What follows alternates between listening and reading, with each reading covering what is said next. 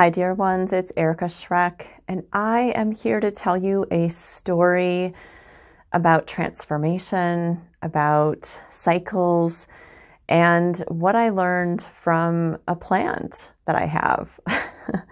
So as I am, again, offering my Transform Like a Spiritual Warrior 8-week program, I started really thinking about this idea of when and how transformation and change really come into our lives. Sometimes it's very obvious. You know, you lose a job unexpectedly, or you have a death or a loss, or there is something health-wise that happens. It could be a myriad of things. Those are sometimes clearer times that signify something is ending, something's beginning, and there are some other layers that go along with that. And then there are the times where we're just going along in our lives and we know maybe that something needs to change. We're not quite sure what that is. And we're just wondering, what is it, right? And so that's its own process. But the bottom line, and the things that all of these opportunities have in common, is the need for change. We are all due for change in some way or ways from time to time.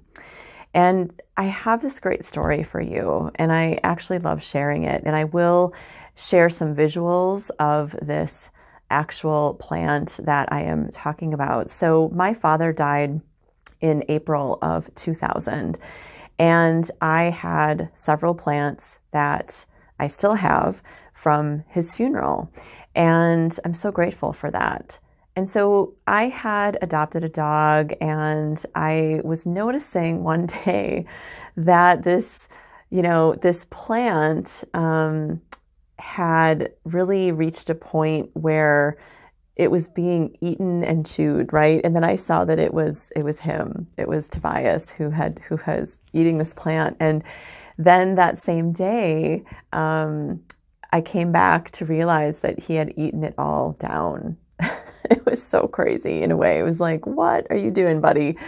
And I didn't have that reaction at first. I was actually, not that I showed anything toward him, but I was so angry and I was sad. I was like, oh my gosh, my first reaction was that you killed my plant, and this is from my dad's funeral, and oh my gosh, I now don't have this anymore.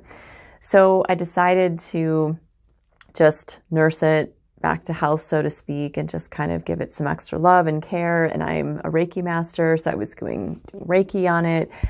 And lo and behold, the plant started growing and replenishing, and yay, that was a good thing. So weeks go by, maybe even months go by, and the same freaking thing happens. My dog Tobias eats this plant. I don't know what it is. I have all these other plants around it, right? And again, I was angry. I thought, well, it's been down to this point one other time. Maybe if, again, I take these approaches and change the location to where this beautiful dog in my life cannot get it anymore. So I moved it a little higher and again, did what I do, and it was brought back. And so there was that. Right. What I also came to realize, because I admittedly, just what I want to say right now and reveal is that there's been this fear of letting this plant go. And each time I've almost lost this plant, or I thought it was really dying, it's like, well, this is it. I would no longer have that connection to my father. Maybe that sounds silly. Maybe some of you really get it. And it just was there. And I did reach a point where I thought, okay, if this is really it, that's okay. I'm okay with that. So I can let it go. Every time though, it's come back, right? And so again, as the seasons were changing, I was noticing that all of the leaves and things start to die.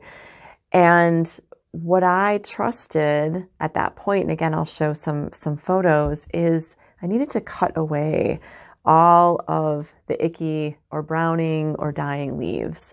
Right? And every single time, at the time of this video, for example, it's 24 years that when I've been doing these good practices and maintenance, the leaves are growing back again. There were 2 flowers on it yesterday again. And I don't know if it's a prayer plant. So what it is, it's beautiful green, has some brown center, like a pattern. And the idea of a prayer plant is during the day, the leaves are like this, getting the sunshine. And at night, they move. Like I actually have heard the leaves, because they sometimes get stuck on each other, and they'll go up like on prayer hands, right? So that's pretty cool.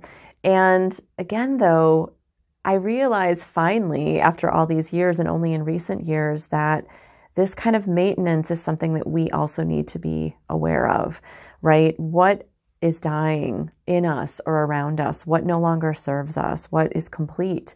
And the more that we take in this lesson for ourselves, it's kind of like the secret that you learn, one of the many that you learn as you perhaps get wiser, is that change is kind of inevitable, right? I mean, I think, oh, we're going to have these friends for the rest of our lives, or we're going to live here for a long time. And it's like, no.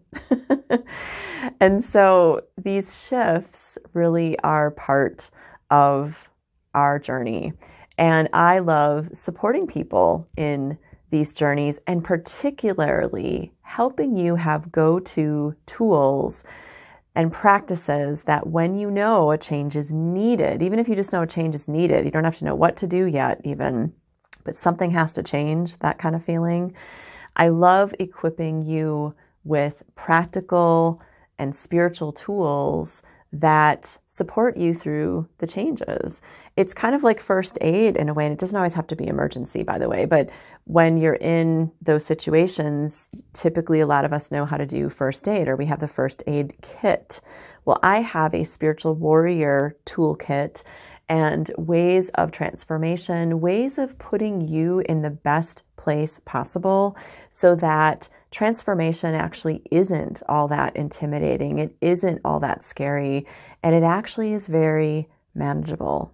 How would you like that? How would you like to have that set of tools that really helps you feel more confident and ready, so that if it's now that change is happening, or something's got to change eventually, you are in the best place possible? I would love to have you join my next group of Transform Like a Spiritual Warrior, and I can tell you more in comments, in the details. So please consider it. Reach out if you have questions. And I just want to say blessings on your transformation, and blessings for the changes. We are not meant to stay in the same place, the same mindset, the same physical spaces all the time.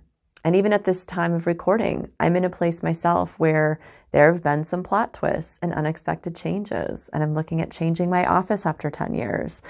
All of these things don't have to feel like such a huge ripple that it messes us up, right? Or that it messes with us. What if you actually can have your human experience first? Because yes, I was sad, I was grieving, now what I'm going to do, with, for example, my office. And I realized, you know what?